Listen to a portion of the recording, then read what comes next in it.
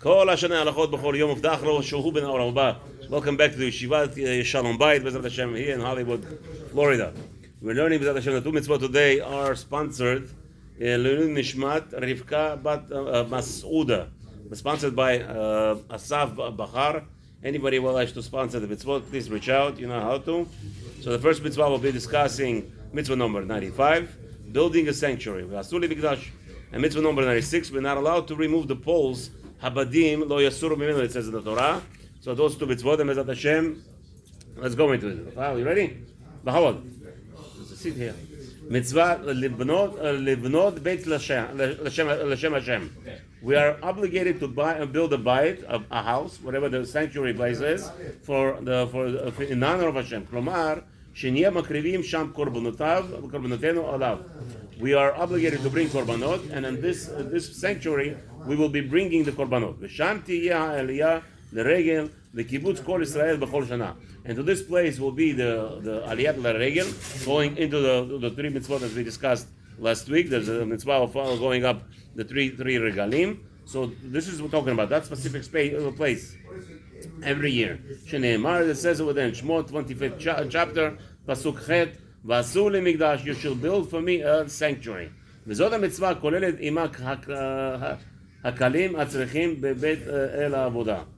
Right? So all the things that are included in serving HaKadosh Baruch Hu in that house, כגון המנורה והשולחן, הכלים, המנורה והשולחן והמזבח וכל אשר הכלים כולם. So this is also includes in it building all the utensils that are being used to serve HaKadosh Baruch Hu in the Beit Hamikdash, which is the menorah, the table, and the mizbeach, all that is required to be there. Mishushay mitzvah zu. What is the purpose of this mitzvah? As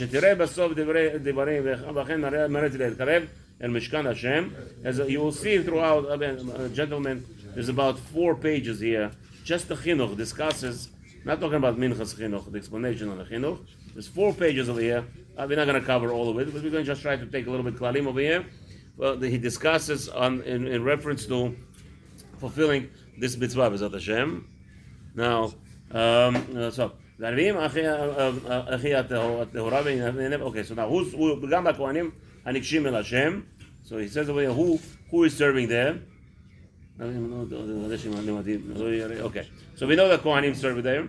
That certain aspects the Kohanim are allowed to do only. There are certain aspects only Levim are allowed to do, not even Kohanim. So right? So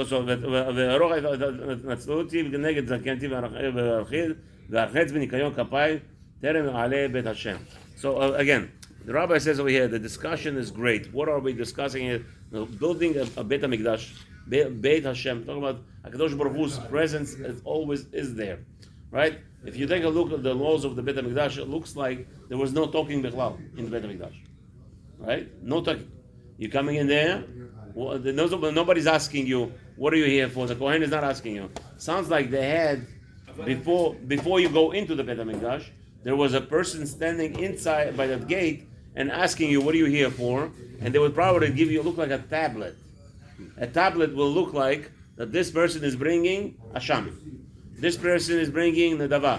This person is bringing a korban. Looks like there was no talking. None whatsoever. The place is kadosh. Yeah, the place is kadosh. I don't know where we come from. We come to like the shul. Yeah, like in shul. Don't say like in shul. No. Don't say like in shul because then you diminish. Beit HaMikdash, nothing. Not even an ounce of talking. For sure there were no children there, and for sure there were no ladies there. Okay, there were no ladies at the time of service. There was no what's his name. So that's maybe an excuse by many rabbanim why they don't build it as nashim bichlal. They don't allow women to come to the shul. Anyway, וידוע הדבר המפורסם בינינו העם מקבלי המצוות כ70 פנים לתורה ובכל אחת מהן שורשים גדולים ורבים. So the rabbi says here, it's time now to understand that the difficulty of understanding this whole Beit HaBechira, what's how to delve in it. Maybe that's one of the reasons that somebody says it's going to be very hard for Mashiach to come now. You're going to have signs. This is for this group, this is for that group. And somehow we have to merge all together.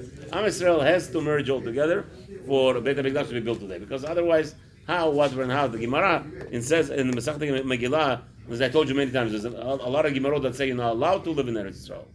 You're not allowed to go to Eretz Yisrael, right? But over here, there's a Masechta Megillah that says to you something opposite. Take a look over there, that Yud Chet Amud Bet. It tells you totally opposite. That in order for Mashiach to come, all Jews have to live in Eretz Yisrael. And all Jews have to meet Yached. All Jews have to go in and build the Beit HaMikdash first, before Mashiach reveals himself. There's a whole thing of the as Gemara tells you, outlines, you say it in Shemona Esrei. The entire Shemona Esrei is a build-up to constructing Beit HaMikdash, and over there in the bracha 14 or 15, bracha 13 or 12 or 13 bracha, it's talking about the Beit HaMikdash. So the Gemara Masechta Megillah is actually building off our Shemona Esrei. Every bracha in our Shemona Esrei is actually building the it's not building, sorry. I should say structuring. It's structuring our redemption. The entire Shemona Esrei. That's what you say 3 times every day, right? So it's actually structuring how to come close to. So if you look at the Masechta Megillah over there, it's totally going against all the Gemarot that say that you're not allowed to go to Eretz Yisrael. Actually, they're telling you no. That's the only way the Beit HaMikdash will be built. So again, but still, what, where, and how we're all in a big tumult over here. That it's a great mitzvah. So he says here again, you have to understand there are Shivim Panim LaTorah, and Shivim Panim LaTorah doesn't even really mean 70 ways of learning Torah. There is actually, we already made a cheshbon according to Sabav and Slabotka, actually 42 million ways to learn the Torah. Every little question, a little chachka, a child comes in here and asks a question in the Torah. If it's related to the Torah, there's 42 million ways to answer his question. You know what's going on here? Well, how do we know that? Very simple. 70 times 600,000 gives you 42. That's right. So Sabbah Mislabotka says it's 70 ways each one of you. Rabbi Chaim over here, Rabbi Yonatan Avadia, each one of us, me, Rabbi Rafael. Yeah, I'm not trying to push myself away. Trying to put it on you guys. Each one of you has to know 70 different ways understanding anything in the Torah. Come up with a question. There has to be 42 million ways to answer it. So the rabbi stands by כל אחד יסע אשכול גדול של פירות ונחמדים להשכיל לבנות ליבות.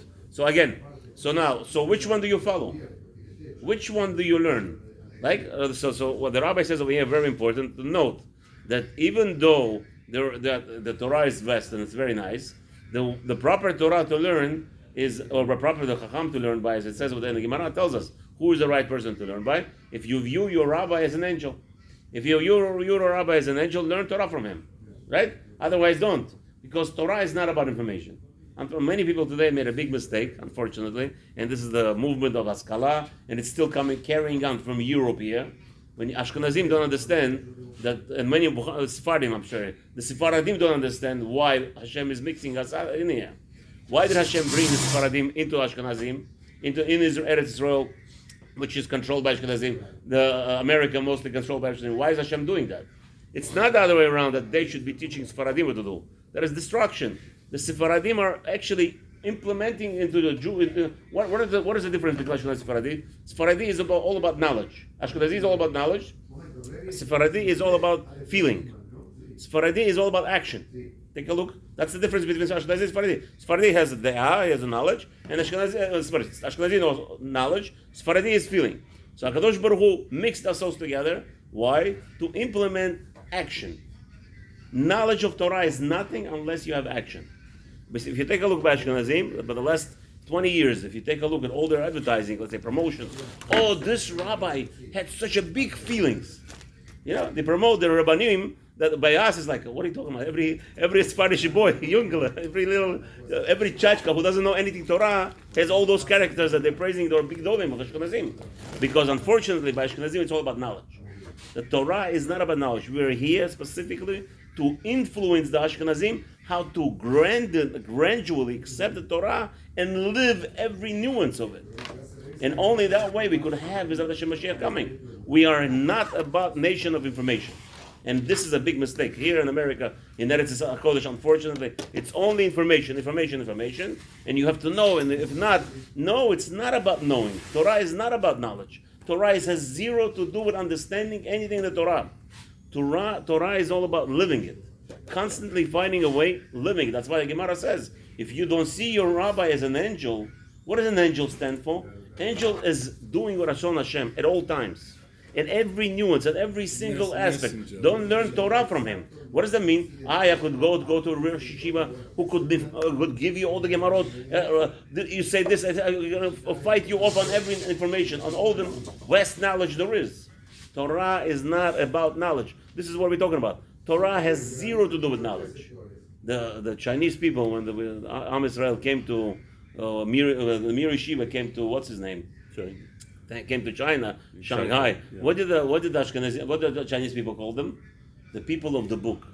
The Jewish people are known to be the people of the book. What does it mean, people of the book? Information? Come on, everybody has information. Go to South Korea today. They can't graduate high school without knowing Shas. You can't graduate high school there until you know Shas. All of it. The Chinese people, like this. The Koreans, left and right, they know Shas. What's the point? The people of the book does not mean we know books. The people of the book mean we live the book. The whole, not learning, living it. Learning is important to live it. But the question is how far you go. So the rabbi says over here, this is what Beit HaBechira. Can you imagine for a second how are we going to be zocher to build the Beit HaMikdash? It's not going to be because we know how to build it. It never is. The Torah it's never about knowledge.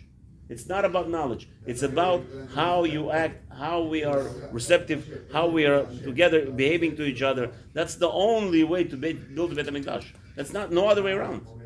So obviously today we have again, some people might say here, Mitzvah number 95 is talking about building a Beit Mikdash Chatan, a little shul over here. It's a bur. No. Mitzvah 95 is not designated for us building shuls all over the world.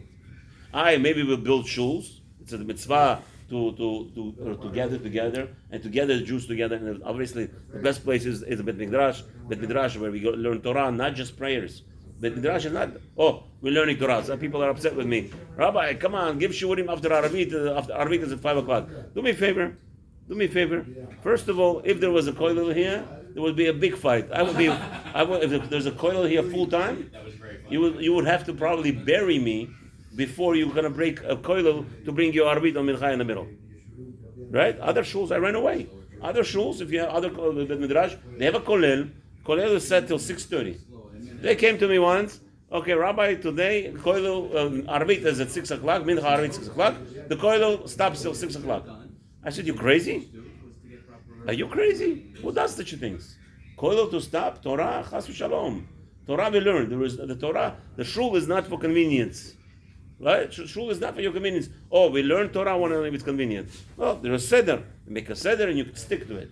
And Bezat Hashem, that's what the shul is all about. Preparing us for Beit HaBechira, to prepare us to build that Mokum. Says the Rabbi, V'noeg mitzvah zu. Mitzvah number 5 is only Shezman Shirov Israel al Admatam, that all the nation is gathered together. So you see, it goes like Masechet Megillah. He is going like Masechet Megillah. That all the Jews have to be gathered in Eretz Israel.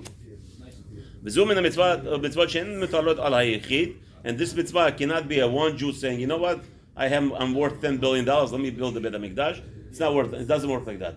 This mitzvah is all the Jewish nation together. So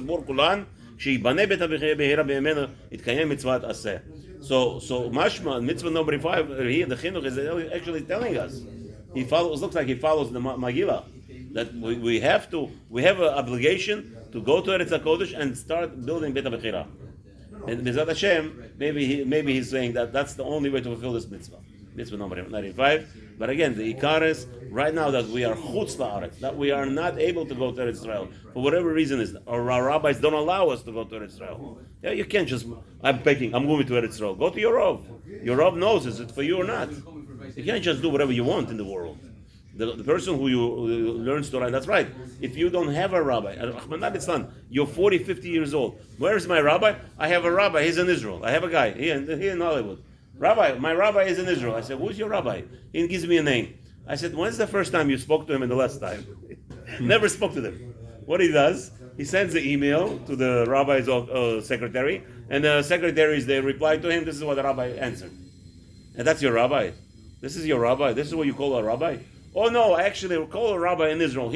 I ask questions from this rabbi. He's Zamin. He's always available. The rabbi is a big Talmid Chacham, should be a Bari V'Shalem, but he doesn't know anything about you. Doesn't know anything about your surroundings. Doesn't know anything about you. Now he's asking halachot shelot for you in Eretz Yisrael. Do me a favor. What kind of nonsense is this? This is frivolity. We were people who are unorganized. You have to have a Rav in the community. The Rav here must, wherever you live in, must. Right now, yesterday I had a discussion with my wife. We have a Rav in Brooklyn, the Talmid Chacham. Now that I'm moving here, I told the Rebbetzin, we're moving here, we're finding a Rav here, I don't care what. Oh, no, I have my Rebbetzin. I said, listen, I came to a Rav in New York, in Lakewood. The Rav told me, go to Florida. Went to Florida. So, now that I'm building a life here, establishing a family here, Bezat Hashem wants the family to start. Your surrounding Rav knows what your community is. And Bezat Hashem, you cling into, you learn for the Rav from him if he's talking the truth. If he's not, go find a Rav who you trust. Don't tell me I trust a Rav in Beit Shemesh and you live here in Hollywood enjoying yourself. What kind of nonsense is this? Go to Beit Shemesh, go live there. If that's your Rav, finish. If you don't, so if you don't trust him, so how can you trust him for him to answer your questions here? And you think that's what Hashem wants? You're not even learning Torah from him. No, I learned with him on the phone. Yeah. Why should he allow himself? You already know my answer to that. Learning on the phone, learning on YouTube is not called learning. Mitzvah number 96. So we have a prohibition to remove poles from the Aron. What is the Aron? We had the Aron that was built by Moshe, where the Sefer Torah is, right? The Luchot Shniyot, where they're all there. That's called Aron, and it had poles, special poles assigned to it, right? And those poles were never allowed to be moved. Let's see what it means. As it says over there, you're not allowed to move the poles from those rings that were there. It says in the pasuk, 25th chapter, pasuk 15. As it says clearly, the poles should be onto those rings, and they're never allowed to be removed from them. And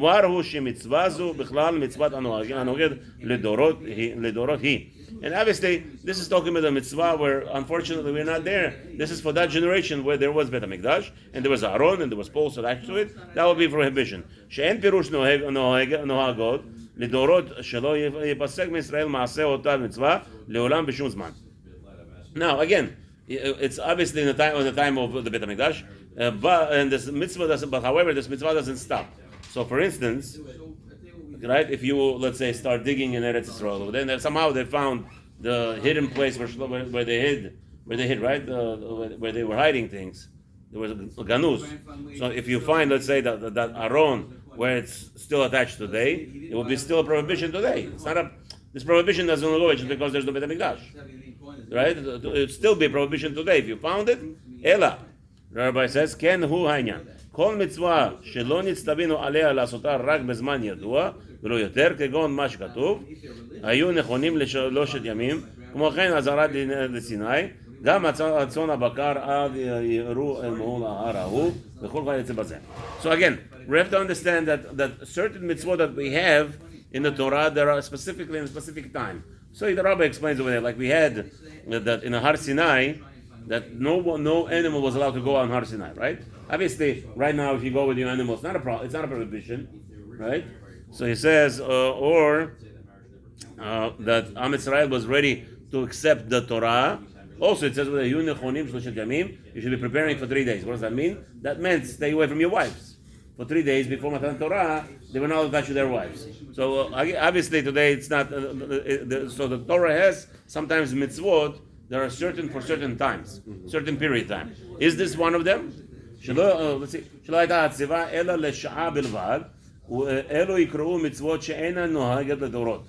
those mitzvot that were only commanded for a certain period of time are called not mitzvot for generations.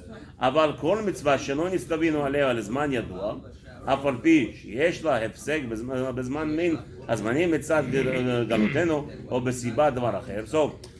But a mitzvah which does not have specific time, like we just discussed, going out to the Har Sinai, or the 3 days not allowed to touch your wives, those are the specific mitzvot for those days, right? But there are mitzvot who are for the generations, like this mitzvah that we have right now. The mitzvah of that as long as Beit Hamikdash is Kayam, you're not allowed to take off the poles from the Aron. Mikegon achshav, במתן שאין לנו ארון, So unfortunately, today we don't have the Aron. Mitzvat noeged ledorot nikrat. However, it's still the mitzvah number 96 is for generations. Lefi shekol zman sheyeh lanu Aron chayavin anu lebal nasir biyatav badav mimenu. So it's because if we find today the Aron and somehow we're not allowed to separate the poles. כדי שיוציאו בהם הלוויים, אם נצטרך להביאו ממקום למקום, בסיבת מלחמה, או מאיזה סיבה שתבוא. What was the purpose of those poles? So the rabbi says those poles were specifically designed for the Leviim to carry the Aron in the time of the wars, or transferring the Aron from place to place. As we know, the Mishkan was right when they were working to Shiloh, then they had to bring it down to Beith Hamikdash. Again, the poles were not to be moved. Shem mitzvah. What is the connection to this mitzvah of the foundation? שהארון משכן התורה והיא כל עיקרנו וכבודנו. What's specifically why these poles of Aaron were not allowed to be moved? Right? Because it's the Aaron had in it, which was one of the significant pieces of Am Israel's being, right? And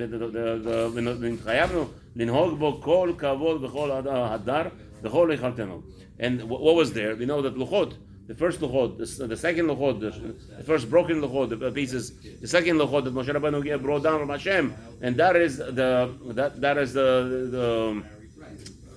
we have to honor the Hakadosh Baruch Hu's himself handwriting. Where is the temple Today it's ganuz, it's hidden. It's hidden. Yeah. Was it swallowed with the first temple? No, not swallowed. The temple was not swallowed. Where'd you hear that? Was destroyed. Yeah, but not swallowed. So the Kohanim hid it, yeah. The Kohanim hid it. I don't know. Huh? I don't know. Oh, the Aron? Aron could be, can Aron be in the other room? I don't know. There's a big mahaloket if the menorah is, whatever it is. That's the second temple, but I'm talking about the first one. The first one is The luchot, the tablets, yeah. that whole thing, where is it? Some the Kohanim hid it, they say. I don't know, okay? Again, it's the Bal Nasir B'dei Aron Mimenu. So there, we have to honor the Aron where it's holding. Here, like we have over here, Aron HaKodesh, right? We have Sefer Torah there that's written by Baruch Hashem, the big tzaddikim. They write and they put over there Sefer Torah, Baruch Hashem. So we have honor it. So imagine where it's written actually by hands, so to speak, by hands, Hashem's hand. Again, it's okay. ואין יהיה צריכים לצאת עם הארון לשום מקום במהירות. אוקיי. ואולי מתוך הטרדה והרזון לא נבדקו יפה להיות בדין חזקים כל הצורך, ושם חס ושלום יפול ואין בזה כבודו. Right. So why is it so important for us that we're not allowed to remove the poles from the rings? One of the things he says there, if this would be a customary thing for you to remove it, then once you're in a hurry, the poles will not be sitting properly. But if you, I guess, the poles are never removed from there, then you have no concern that the Aron the poles will dislodge and Chas v'Shalom Aron will fall. Hear what's going on here? So that's one of the reasons he says the poles are always staying there. So once you know they're always staying there, you could easily say, you could rely on the fact that it's not going to Chas v'Shalom dislodge. Nobody can touch it. Yeah, okay. So again, so HaKadosh Baruch Hu was very much concerned about us, and he knows that we need Hashem's presence with us, and Aaron had that significance. They took it to the wars, they took it to conquests, right? So there was some kind of kedusha, holiness that was attached to it, and Am Israel should always have this present. Hashem commanded us, don't take off the poles, so you shouldn't have that chash, you shouldn't have that concern that poles will fall off and the rings will be dislodged.